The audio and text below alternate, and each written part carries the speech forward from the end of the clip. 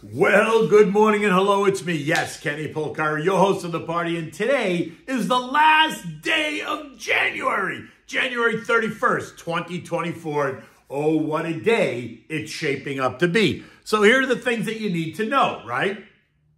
Yesterday, let's just be clear, tech did not disappoint. No matter what they're telling you and what the analysts think, tech did not disappoint. It's the trader types that are just taking money off the table.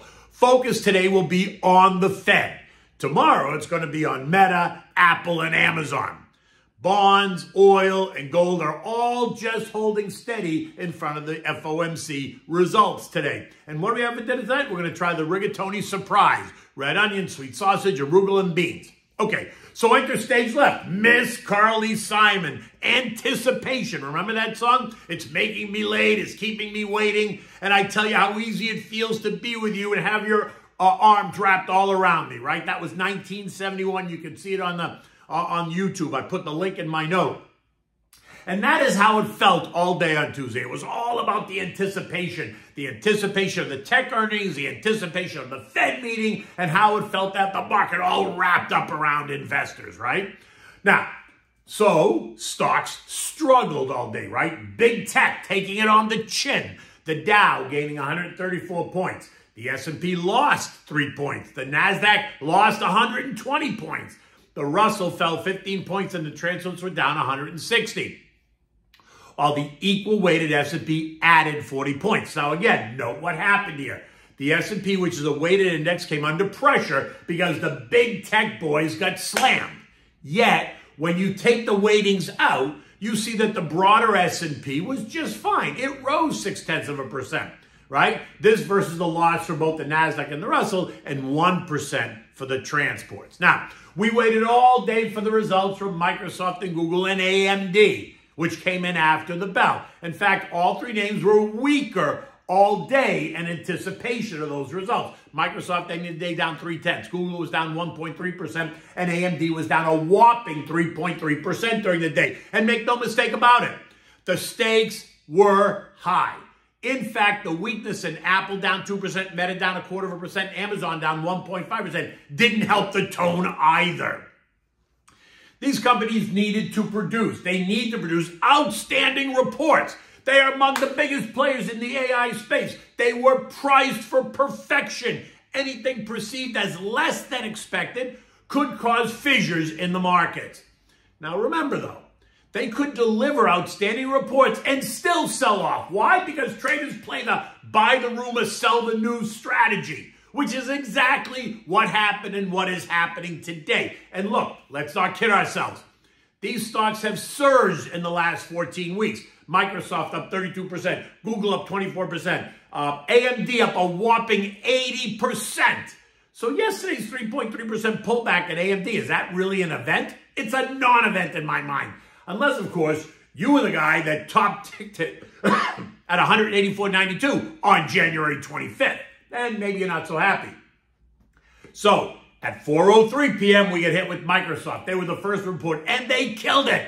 Earnings per share of $2.93 versus expected $2.77, a 6% beat. Revenue beats. Xbox content and services revenue up 61%. Azure grows faster than expected, and the stock fell 1.4% on top of the 0.3% decline during the day. At 4:07, we got Google, and they beat the estimate as well, coming in at 164 versus 159. Ad revenues missed the estimate, coming in at $48 billion versus $48.1 billion. Are you kidding me? Cloud revenue beat $864 million versus the $427 estimate. CFO says the fourth quarter was very strong and noted that the best is yet to come. Think Gemini era, which is Google's AI effort. Yet the stock got slammed, falling 5% in the after hours on top of the negative 1.3% loss during the day. And then at 4:10, it was AMD's turn. Now that stock fell 3.25% during the day and then another 1.7% after hours. Fourth quarter revenues beat. R&D expenses less than expected. That's good. Adjusted gross margins 52% versus 51.8%. That's good. Sales of $6.2 billion versus sales of estimate of $6.12. That's good. Earnings per share came in right on target at 77 cents. and yet they sold the stock. Okay, so now what?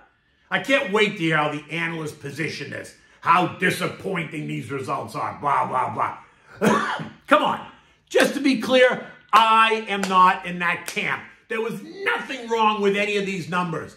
But as noted above, traders had taken these names up big going into the reports. So in my opinion, this has nothing to do with the report or the guidance and everything to do with trading.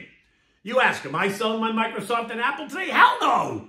I just want to see them back off a bit more so I can buy cheaper stock.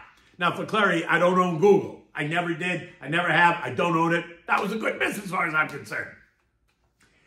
In the end, once the traders look at these profits, right, the traders are locking in these profits, right? Think short-term thinking. The long-term traders are going to step in and scoop them up.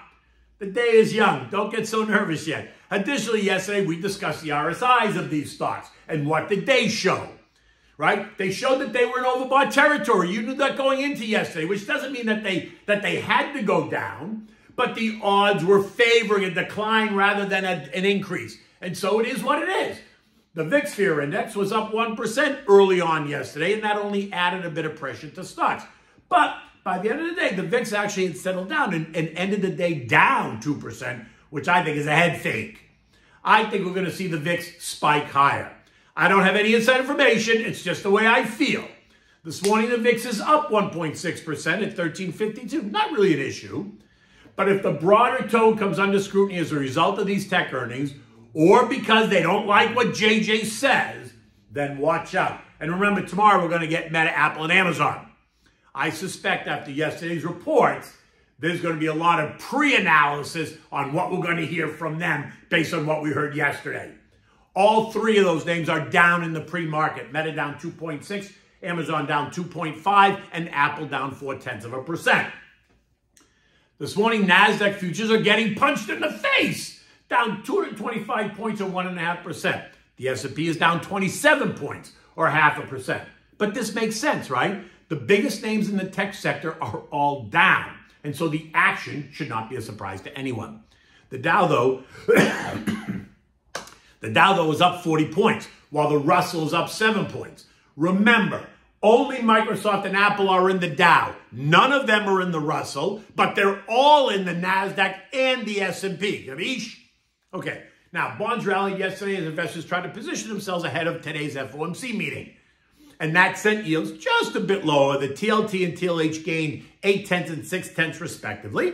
That sent the 2-year yield down to 4.29% and the 10-year down to 4.02%.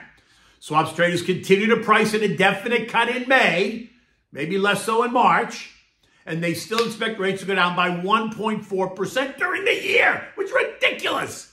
The FOMC meeting began yesterday and it ends today.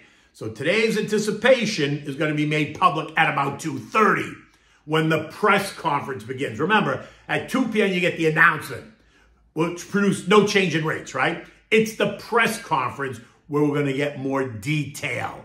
Oil continues to hug the trend line at 77.60. And while tension in the Mideast remains elevated, they haven't gotten any worse, at least not today. And once again, it's concerns over China's economy that is putting a cap on the price action. The deepening crisis in the Chinese real estate market is raising concerns about energy demand. And in addition, we got the latest PMI data out of China, and it shows another month of weakness. That's if you believe anything that comes out of China, which I don't, but that's me.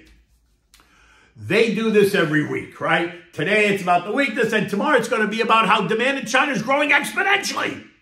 All you need to know is that right now, oil remains in the $75.5, $80 trading range. It's really hugging right around that trend line at 76, like I said. And gold, that hasn't done much either. It too continues to hug the trend line at 2,055, awaiting today's FOMC report.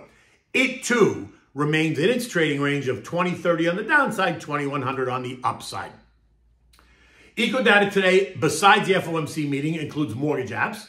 Will they be up again? ADP employment is expected to show an increase of 150,000 new jobs. And the employment cost index, the ECI, which is expected to be up 1%. Now, the ECI measures the change in hourly labor costs to employers over time. So higher labor costs means what?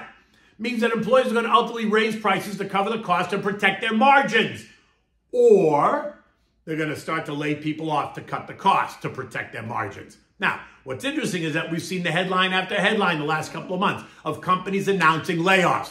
Google laid off hundreds. Citibank cutting 20,000 jobs. Amazon Prime cutting several hundred jobs. Twitch cutting jobs. Microsoft cut 2,000 jobs. Salesforce shed 7,300 jobs or 10%.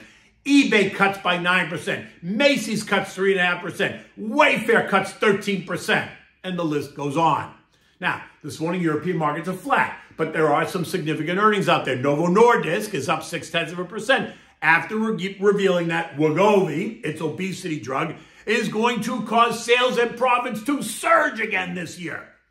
While Hens and Moritz plunged 10% after missing their estimates. That's a retailer. They missed the estimates. At 6:30 in the morning this morning, all the markets in the zone are trading around the unchanged line as European investors also await today's Fed decision to see if it's going to impact the ECB decision. The S&P closed at 49.24, down 3 points. The focus today is all about the Fed, but expect all kinds of commentary on tech. And with the weakness in the sector, some are going to ask if the party is over. It is not over. Stop being so dramatic.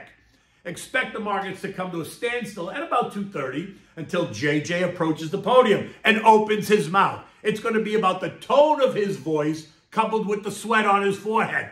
Will he give the markets what they want? Will he offer lower rates in the months ahead, or will he just keep them guessing? For today, rates are going to remain unchanged. But I think he remains a bit more hawkish than dovish. I think there's way too much speculation that the Fed's going to cut rates multiple times in 2024. I just don't see it. And so as a result, I suspect the market will come under some pressure, a bit of pressure, because they have taken it up ahead of what they expect he's going to say. I expect the algos are going to throw a temper tantrum because they just won't be happy. And while I think we're in a bit of a danger zone and due for that pullback, it's not changing my mindset as a long-term investor at all. If you're invested, you're good. If you have more money to put to work, be patient because the time is approaching. Okay, so what do we have for dinner tonight? So let's just call this Rigatoni Surprise, right? It's rigatoni with sweet sausage, red onions, arugula, and white beans, and certainly plenty of fresh grated Parmigiana cheese. So start by bringing a large pot of salted water to a rolling boil on the rear burner, just so it's ready when you need it. In a large saute pan big enough to accommodate the pasta, you're going to heat up some olive oil. You're going to add in the sweet sausage meat, right? You're going to take it out of the casing. You're going to brown it, season it with salt and pepper. When it's all nice and brown and done, just remove it and set it aside in a bowl, leaving the oil and the fat in that pan. Now, go back in the same pan, you're going to add the crushed garlic and the sliced red onion. You're going to saute it until the onion's nice and soft and sweet and translucent. Now, add the rigatoni to the boiling water. It's going to cook for 8.5 minutes or so until it gets to be al dente. Now, go back to the saute pan. Add the can of cannelloni beans, juice and all, right out of the can. Right? Put the sausage back in with all of that. Stir it to heat it up, right? Bring it to, stir it up about 4 minutes. You don't need to cook anything. It's all cooked. You just want to heat it up. Now add the arugula, season with salt and pepper, and stir. The arugula is going to wilt. Don't worry about that. Now, drain the pasta, saving a mugful of the pasta water. Add the pasta directly to the saute pan. Complement it with a handful of fresh grated Parmigiana cheese. Mix it, right? And if you need to, add back 1/4 of the cup or some of the pasta water just to keep it moist. You don't want it soupy. You just want it moist. Serve this immediately in warm bowls, and you know what? Serve this with freshly toasted garlic bread. Oh my God, so delicious. And you can enjoy a white or a light red with this. Either or works fine. I would drink, just a Chianti. Something simple if you're going to drink red. There's no reason to drink anything full-bodied and dramatic. It's not that kind of a meal. And if you want white, you know me, always go with the Pinot Grigio Santa Margherita. In any event, the day is beautiful. Look at this. The sun is out. It's going to be about 72 degrees today at the height of the season. So it's going to be another perfect day here in South Florida. Until tomorrow, take good care.